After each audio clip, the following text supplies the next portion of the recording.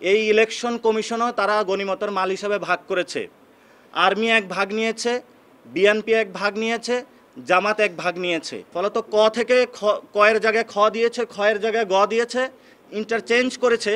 কিন্তু নির্বাচন কমিশন আগের যে পরিস্থিতিতে রয়েছে সেই পরিস্থিতিতে রয়েছে।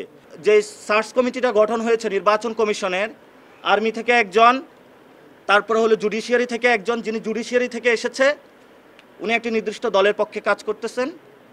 যিনি সিভিল সার্ভিস থেকে এসেছে উনি একটি নির্দিষ্ট দলের পক্ষে কাজ করতেছেন।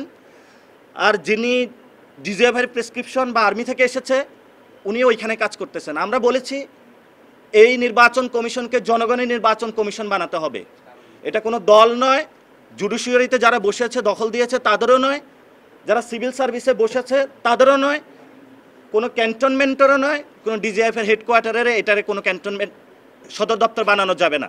আমরা বলেছি নির্বাচন কমিশনকে এই চারটি যে অন্তরায় রয়েছে, অদৃশ্য শক্তি রয়েছে, এগুলো থেকে করাল গ্রাস থেকে নির্বাচন কমিশনকে মুক্ত করতে হবে। আমরা আজকে স্পষ্টভাবে তাদের কাছে এই বিষয়গুলো জানিয়েছি। আরেকটি বিষয় হলো যে আপনারা জানেন সামনে আমাদের যে জুলাই সনদের মধ্যে যে কার্যক্রমের প্রক্রিয়া একটি বিষয় এসেছিল গণভোট। তা আমরা তাদেরকে বলেছিলাম গণভোটের বিষয়ে আপনাদের কাছে কোনো চিঠি বা নির্দেশনা সরকার থেকে এসেছিল কিনা, ওনারা জানিয়েছেন এই পর্যন্ত আসে নাই।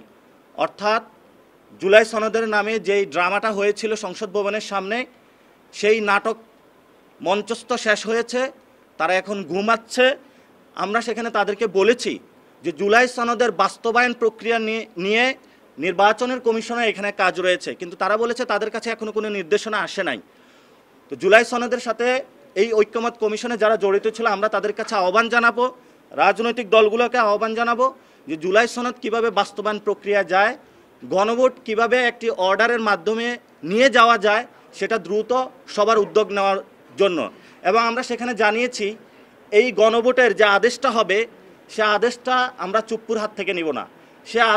সে আদেশটা অবশ্যই বাংলাদেশের বর্তমান যিনি প্রধান উপদেষ্টা রয়েছেন ডক্টর ইউনূস থেকে হতে হবে, যার হাত দিয়ে বাংলাদেশের মানুষের রক্তে রঞ্জিত হয়েছে, আহত হয়েছে, শহীদ হয়েছে এবং অন্যতম কারিগর ছিল চুপ্পু। সেই চুপ্পুর মধ্য দিয়ে হাতের সাইন দিয়ে এনসিপি বাংলাদেশে কোনো জুলাই সনদের সাইন মানবে না। এটা আমরা স্পষ্ট সরকারের কাছে আগেও জানিয়েছিলাম। আজকে গণভোট প্রশ্নে আমরা আপনাদের সামনে এই বিষয়গুলো আরও স্পষ্ট করছি।